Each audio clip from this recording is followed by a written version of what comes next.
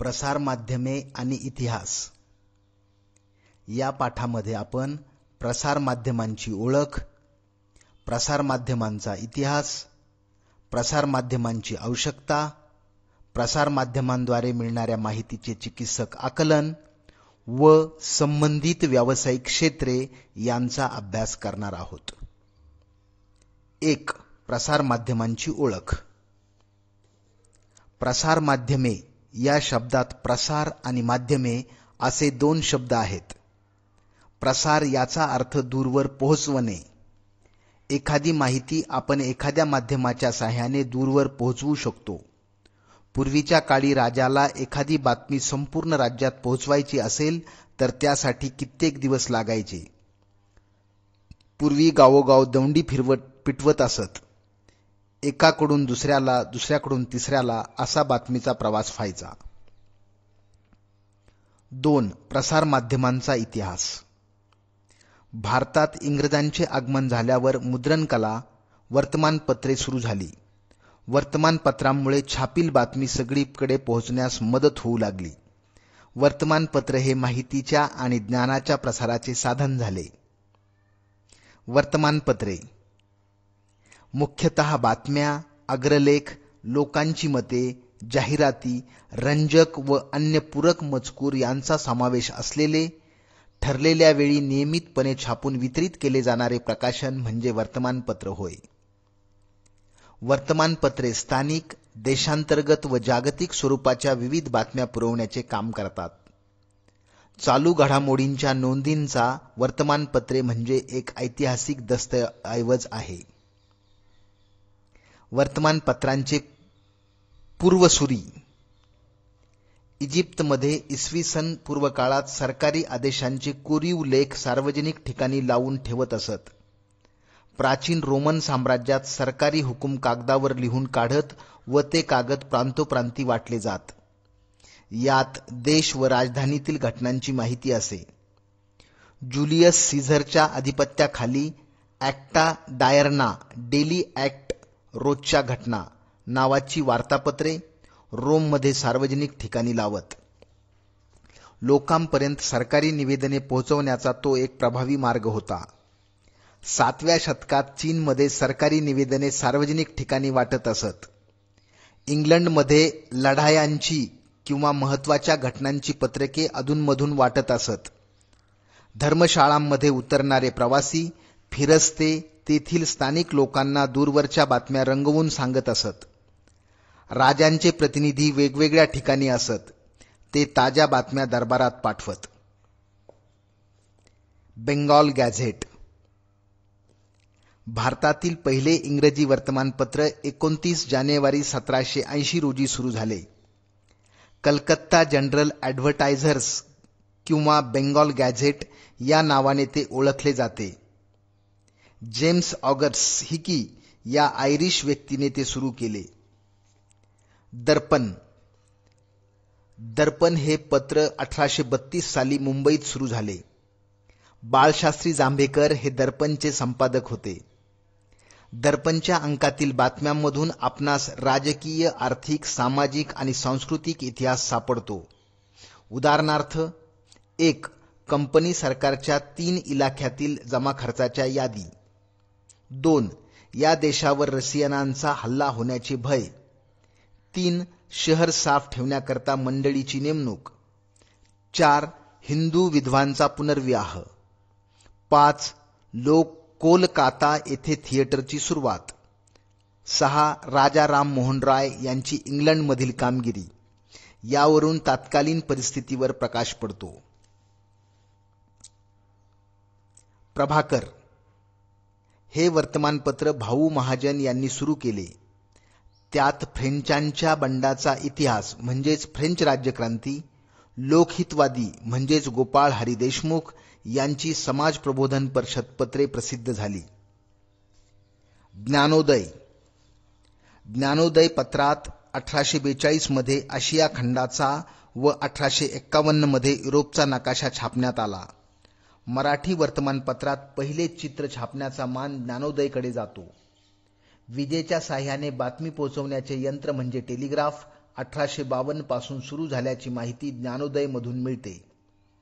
भारतात प्रथम रेल्वे सुरू झाली त्याची बातमी ज्ञानोदयमध्ये चाक्या म्हसोबा शीर्षकांतर्गत छापून आली. 1857च्या संघर्षाच्या बातम्या या वर्तमानपत्रात छापल्या होत्या. वर्तमानपत्र हे समाज प्रबोधनाचे कार्य करणारे महत्वाचे माध्यम होते. उदाहरणार्थ इंदू प्रकाश पत्राने विधवा विवाहाचा जोरदार पुरस्कार केला. बहुजन समाजाचे मुखपत्र म्हणजे दीनबंधू. महात्मा ज्योतिराव फुले यांचे सहकारी कृष्णराव भालेराव यांनी हे पत्र सुरू केले. या पत्रातून आपणास बहुजन समाजाची समकालीन परिस्थिती समजते. केसरी आणि मराठा. स्वातंत्र्यपूर्व काळातील भारतीय वर्तमानपत्रांच्या इतिहासातील महत्वाचा टप्पा केसरी आणि मराठा या वर्तमानपत्रांनी गाठला. 1881 मध्ये गोपाळ गणेश आगरकर आणि बाळ गंगाधर टिळक यांनी ही पत्रे सुरू केली. या पत्रांनी तत्कालीन सामाजिक आणि राजकीय प्रश्नांना वाचा फोडली. देशस्थिती, देशभाषेतील ग्रंथ व विलायतेतील राजकारण या विषयांच्या साह्याने केसरीने लेखन सुरू केले.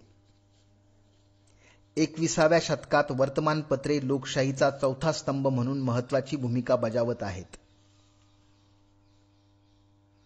नियतकालिके. ठराविक कालावधीत प्रकाशित होणारी मुद्रित साहित्य म्हणजे नियतकालिक होय.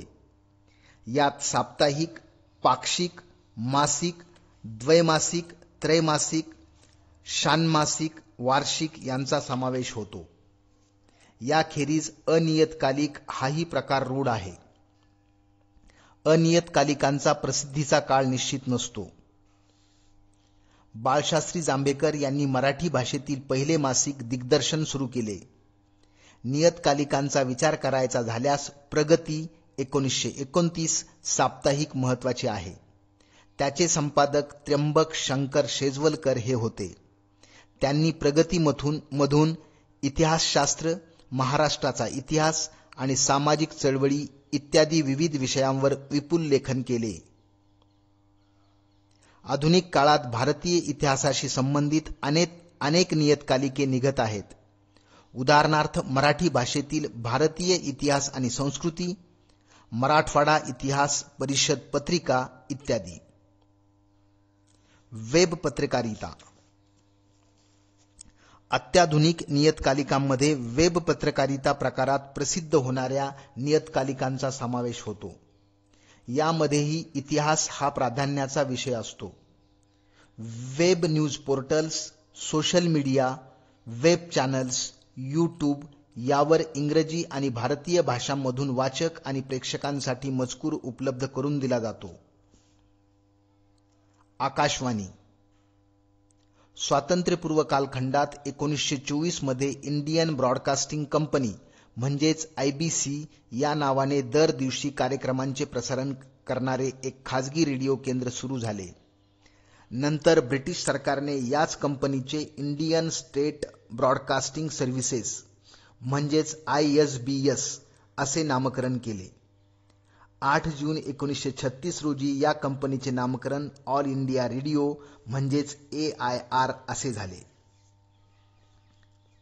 भारत स्वतंत्र झाल्यावर AIR भारत सरकारच्या माहिती व प्रसारण खात्याचा एक भाग झाले.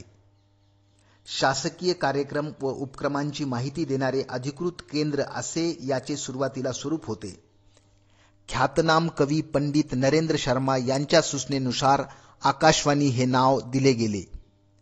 आकाशवाणीतर्फे विविध मनोरंजनपर, प्रबोधनपर व साहित्यिक मूल्य असणारे कार्यक्रम सादर केले जातात. त्याचप्रमाणे शेतकरी, कामगार, युवक आणि स्त्रिया यांच्यासाठी विशेष कार्यक्रम प्रसारित केले जातात. विविध भारती या लोकप्रिय रेडिओ सेवेद्वारे 24 भाषा आणि 146 बोली भाषांमध्ये कार्यक्रम सुरू झाले. अलीकडच्या काळात खाजगी रेडिओ सेवा सुरू झाल्या आहेत. उदाहरणार्थ रेडिओ मिर्ची. दूरदर्शन. 15 सप्टेंबर 1959 रोजी भारताचे पहिले राष्ट्रपती डॉ. राजेंद्र प्रसाद यांनी दिल्ली दूरदर्शन केंद्राचे उद्घाटन केले. महाराष्ट्रात 1 मे 1972 रोजी मुंबई केंद्राचे कार्यक्रम सुरू झाले. 15 ऑगस्ट 1982 या दिवशी रंगीत दूरदर्शनचे आगमन झाले. 1991 मध्ये परदेशी व देशी खाजगी वाहिन्यांना केबल तंत्रांच्या माध्यमातून कार्यक्रम प्रसारित करण्याची परवानगी दिली गेली. आज मितीला भारतीय प्रेक्षकांसाठी 100हून अधिक वाहिन्या उपलब्ध आहेत. 3. प्रसार माध्यमांची आवश्यकता.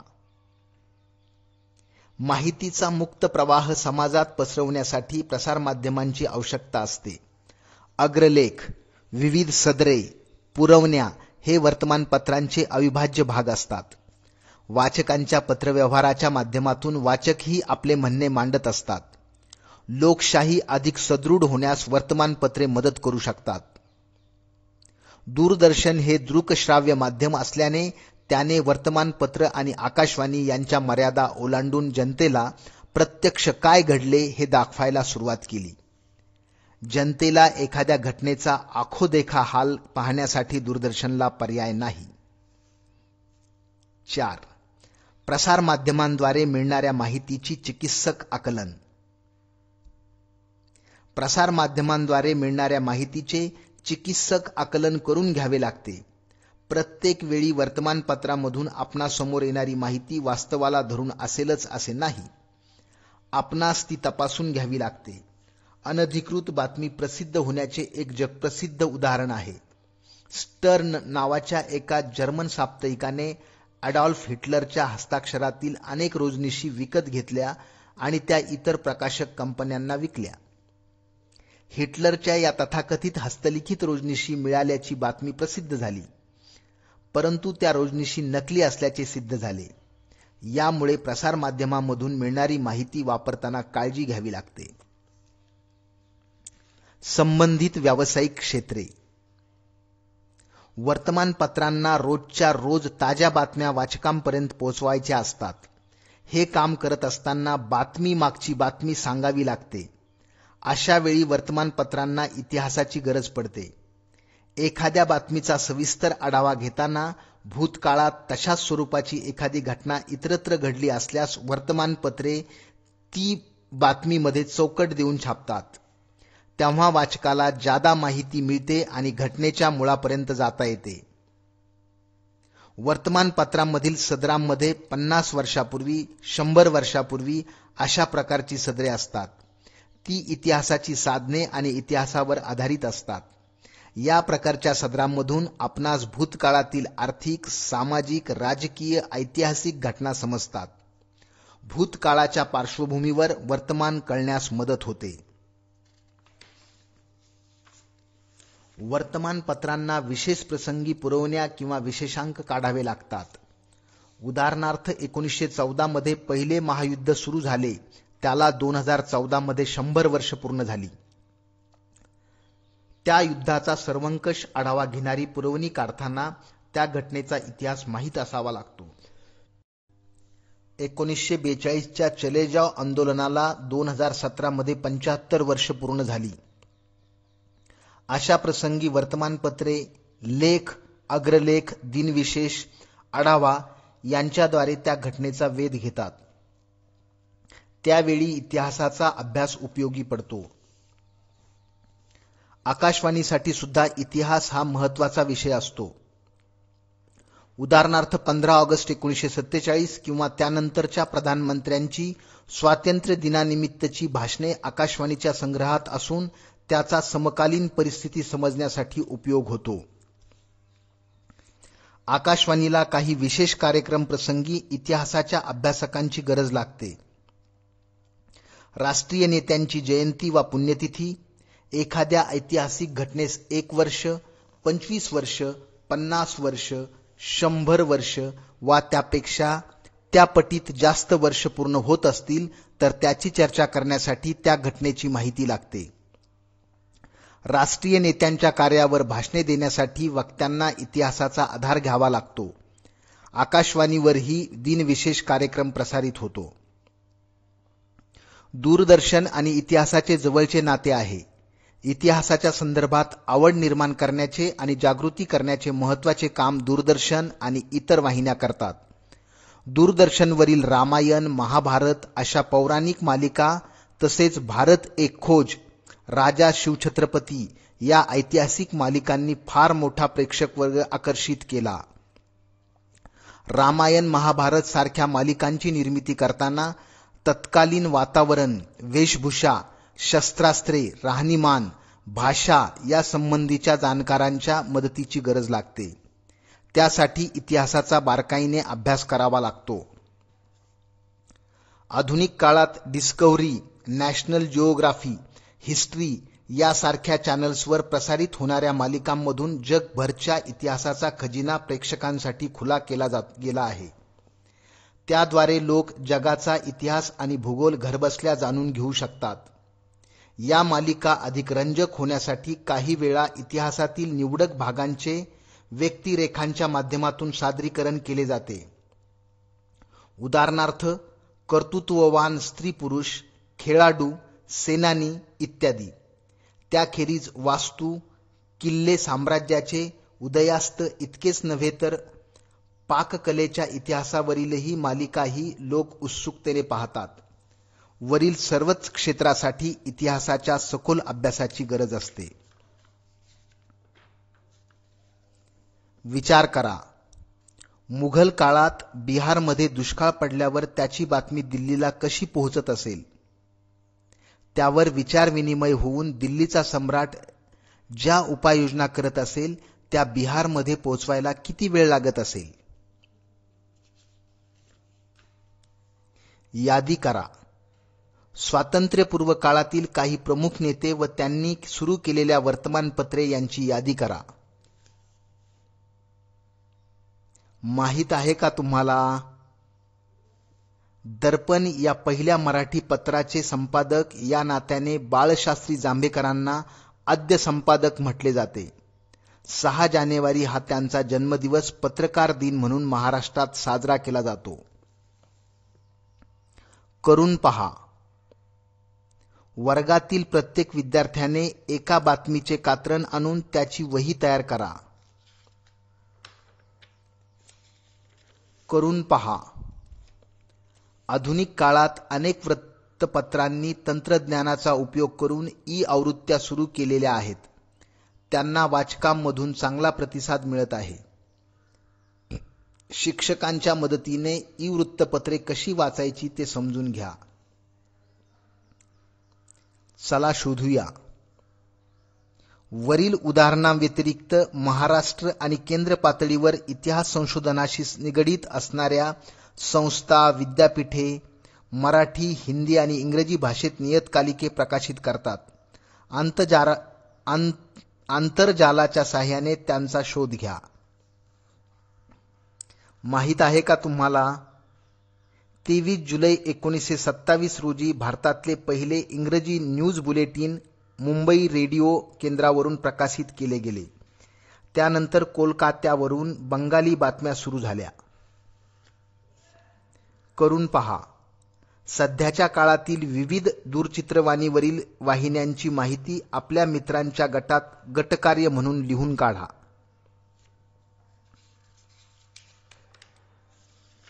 करून पहा. वर्तमानपत्रे शब्दकोड्यांसाठी सुद्धा इतिहासाचा आधार घेतात. तुम्ही सुद्धा वेगवेगळी शब्दकोडी तयार करण्याचा प्रयत्न करून पहा. उदाहरणार्थ किल्ल्यांची नावे वापरून केलेली शब्दकोडी. जाणून घ्या. 1942च्या चळवळीत भूमिगत रेडिओ केंद्रांनी बजावलेल्या कामगिरीची माहिती शिक्षकांच्या मदतीने मिळवा. जाणून घ्या. भारताच्या प्राचीन ते अर्वाचीन इतिहासाच्या संदर्भात दूरदर्शनवरून प्रसारित झालेली भारत एक खोज ही मालिका महत्त्वाची आहे.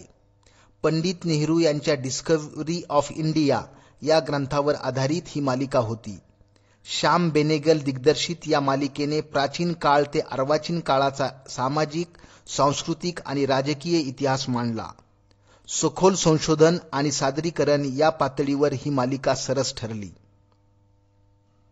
हडप्पा संस्कृती, वैदिक काळ, रामायण महाभारताचा अन्वयार्थ, मौर्य कालखंड, तुर्क, अफगाण आणि मोगलांचे आक्रमण, मुघल कालखंड आणि मुघल बादशहांचे योगदान, भक्ती चळवळ, छत्रपती शिवाजी महाराजांचे कार्य, समाज सुधारणा चळवळी आणि स्वातंत्र्य संग्राम अशा अनेक घटना या मालिकेतून मांडल्या गेल्या. या मालिकेत नाट्य, लोककला, प्रबोधनपर माहिती असा आधार घेत नेहरूंच्या रूपातील कलावंत रोशन सेठ प्रास्ताविक व अन्वयार्थ सांगत असत. नेहरूंचा इतिहासाकडे बघण्याचा दृष्टिकोन आणि त्याचे प्रभावी सादरीकरण यामुळे ही मालिका संपूर्ण भारतभर वाखाणली गेली.